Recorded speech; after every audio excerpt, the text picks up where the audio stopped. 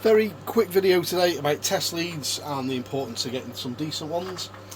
The general ones that I tend to knock around with on a day-to-day basis are these silicon leads. They're more than enough for setting things up with continuity. I'm trying at about 0.7. There we go. So they're a known set. And there we go, 0.7 of an ohm, 0.07 of an ohm. So if we go on to continuity, 0.2, and this is true of your site leads. 0.5 is about 4849 on this tester, 0.49, there we go. 1 ohm will give us the continuity current as well, 209.8, 210.9. The trans will catch the higher current. So I mean, they're absolutely fine. We can go all the way up to 1k. Again, bang on 1k. So for those kind of things, absolutely perfect. And again, like I say, this is true with these site leads. You know, a lot of you will sort of look at the cost of fluke leads, mega leads, genuine ones, and you'll pull a face and you'll think, Jesus Christ, you know, they're 150 quid for a bloody lead set. You'll go onto eBay and you'll find them for like 25 quid for a set of 3-wire leads, and you'll think, what the hell am I paying 150 quid for? I'll show you what you're going to pay 150 quid for. So if we go on to insulation resistance, let's take it down to 100 volts and 100 meg ohm. Make sure that the continuity and everything is okay. There we go, 97.6. Alright, let's take it up to 500 volts. Again, 97, so we're happy enough with that. Let's ramp the insulation up to, say, 500. Might have to go a bit lower.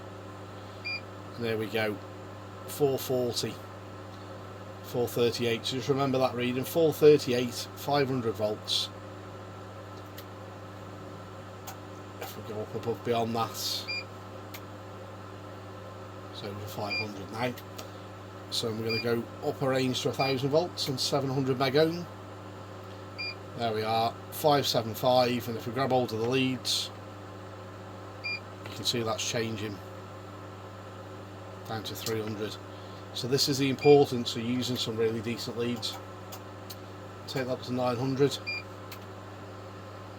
and again, there you go, this is the you're breaking down there, 600, 500, back again.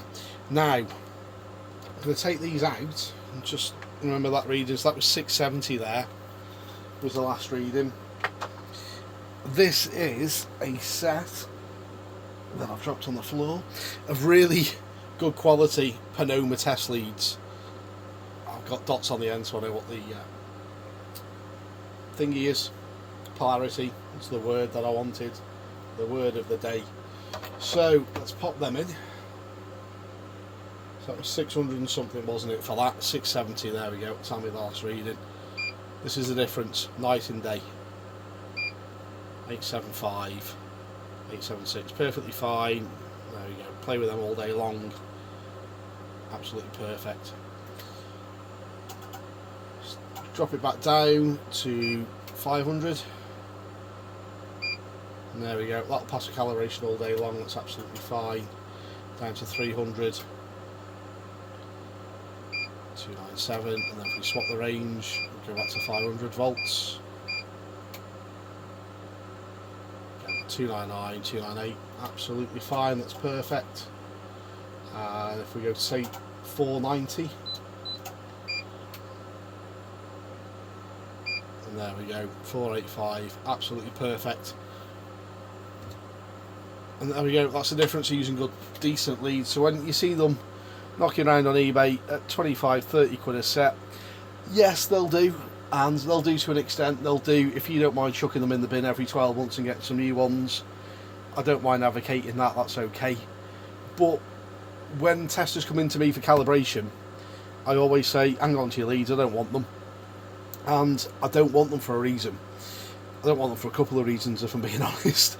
The first reason is, and I've got cotton bud here that I prepared earlier, when your testers come in, and this one isn't bad actually, but this is the kind of crud, focusing, that hides within your terminals, and everyone that comes in gets some IPA and a cotton bud, they get cleaned out, because I'm not putting my leads anywhere near them until they're clean, and hopefully they come out looking like that, which is much better.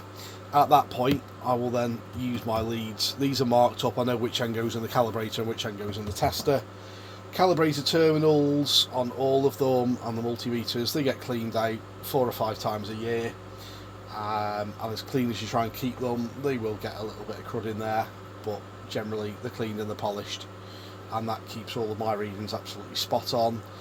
It means that I can verify the equipment and that it's all within its tolerances a lot better. So when you're using your site leads, obviously they're using fairly harsh conditions out there, they do get mucky.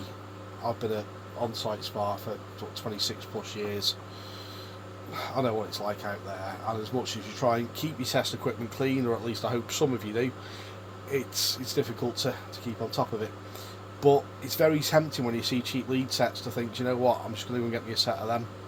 And like you say, they're okay, 25-30 quid test leads. Don't expect them to last.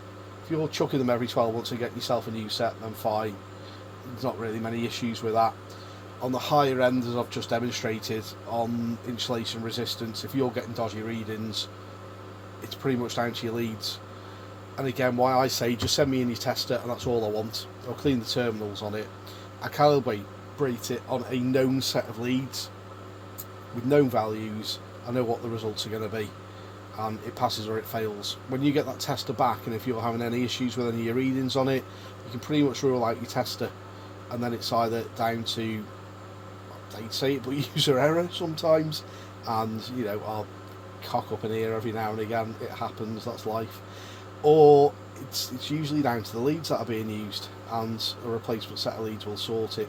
But when you are spending money on leads, it's worth spending money. These Panoma leads aren't cheap.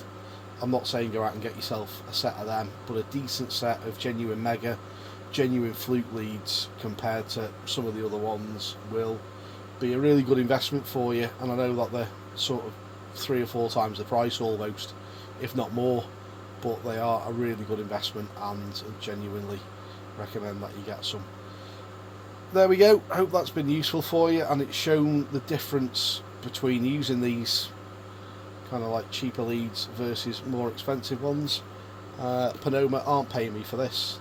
The leads cost a fortune. I wish that they did, but there we go. Look after yourselves. Catch you in the next one.